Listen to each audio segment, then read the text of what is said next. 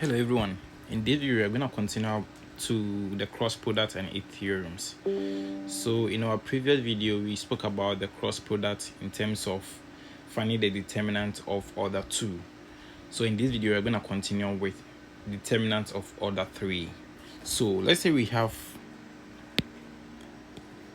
the determinant A1, A2, A3, B1, B2, B3, and C1, C2, and C3. How do we find determinant of order 3 like this? So what we need to do is to find the determinant in terms of second order determinant as follows. So we have A1. So A1 with the determinant in order 2 as B2, B3, C2, C3. Then in this case, we are going to indicate some signs. So here we have the plus sign, minus sign, and the plus sign. So with this one is positive. So A1 is positive. So A2 will be negative, which will be B1, B3, C1, C3. Then plus A3, which will be positive. So with that one, we have B1, B2, C1, C2, like this. So if we now rewrite this in second order determinant, the standard basis vector, which is I, J, and K, we see that the cross product of the vector, which is A1, which is A, equal to A1I plus A2J plus A3K, and A is A1I plus A2J plus A3K will be A times B will be A2, A3, A2, B3, I. We are just representing the 1, or just replacing the A1 with I, then minus A1, A3, B1, B3, then representing A2 with J, then plus A1, A2, B1, B2, representing A3 with K, like this.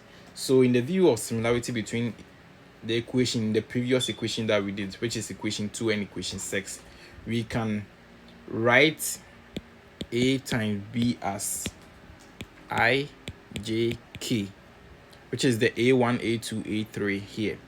Then we put A1, A2, A3, B1, B2, B3, like this. So it's very, very simple. So although the first row of the symbolic determinant in equation 7, which this one is, so I'll represent as this one as equation 7, right, and consists of vectors, we can expand it as if it were in ordinary determinant using the rule in equation 5 in our previous video. Now we determined that equation 6 in our previous video, right? So the symbolic formula in the equation 7, which is here, we obtain is probably the easiest way of remembering and computing cross products, if you agree with me. So now let's take some real examples. So let's say I have if A equal to 1, 3, 4 and B equal to 2, -7, -5, then what is the cross product of that? You can pause the video and try to do it on your own. It's very, very easy. So let's do that. So A times B will be equal to, now let's put in the matrix form. So I, J, K. So we have 1, 3, 4, 2, -7, -5. Right. So how do we do that?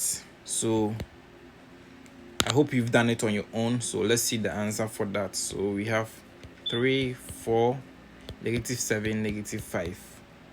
I minus 1, 4. Now, we also said that here is minus, right? Here is minus, so let's just put that. Okay, so let me just put that. So -7 -5 minus 1, 4, 2, -5 k. So when we do it, we should get -15, -28 I, then minus, so -5 -8 j plus 7 -6 k. So when you simplify it, we should get -43 I plus 13 j plus k. So very simple, very simple. I hope you got the answer right. Now let's look at another example. So let's say we have a times a equal to 0. Now in this example, we are going to show that a times a equal to 0 for any vector in V3. So how do we do that? So with the solution, we will have if a equal to a1, a2, a3, then a times b will be I, j, k. Then a1, a2, a3, a1, a2, a3, because we have the same thing, right? So with that, we should get a2 multiplying a3 minus a3 multiplying a2 I, then minus a1 multiplying a3 minus a3 multiplying a1, then j plus a1 multiplying a2 minus a2 multiplying a1, then k, right? So when you simplify this, we should get 0i minus 0j plus 0k should be equal to 0. Very simple. So that's how we show that a times a is 0. Now we constructed the cross product a times b so that it will be perpendicular to both a and b. Now this is one of the most important properties of cross product, so let's just emphasize and verify it in the following theorem that we are going to talk about. That's why we said in this video we are going to talk about cross product and its theorem. So let's look at some of the theorems. So my first theorem, so this theorem is theorem 3.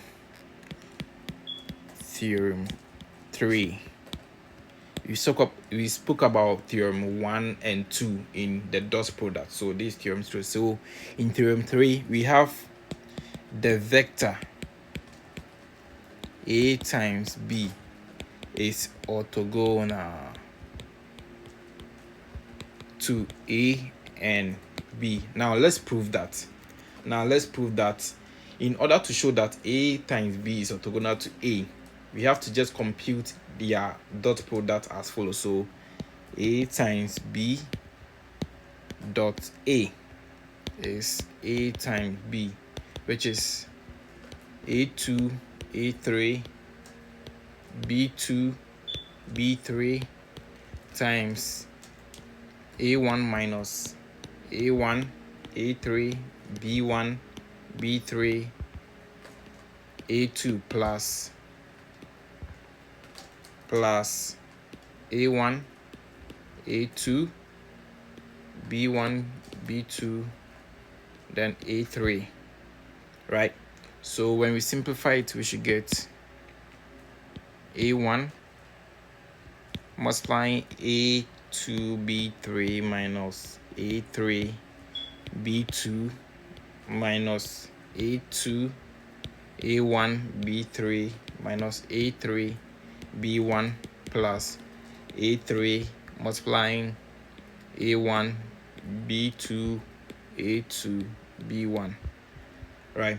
So let's expand it. So when we expand, we should get a1 a2 b3 minus a1 b1 a3 minus a1 a2 b3 plus b1 a2 a3 plus a1 b2 a3 minus b1 a2 a3 equal to 0, right? So a similar computation just showed that a times b dot b is equal to 0. So therefore a times b is orthogonal to both a and b. So it's very, very simple. Now let's take a look at theorem 4. This is our last theorem. So with this one, if theta is the angle between a, so a and so let me say this one is a and b, right, where theta is less than or equal to, where 0 rather, so 0 less than or equal to theta, then less than or equal to pi, then a times b is equal to a, then b sine theta, right? So this is the modulus. So the modulus of a times the modulus of b sine theta, right? So this is the end of this video of our part 2 of the cross products. See you in my next video. Thank you.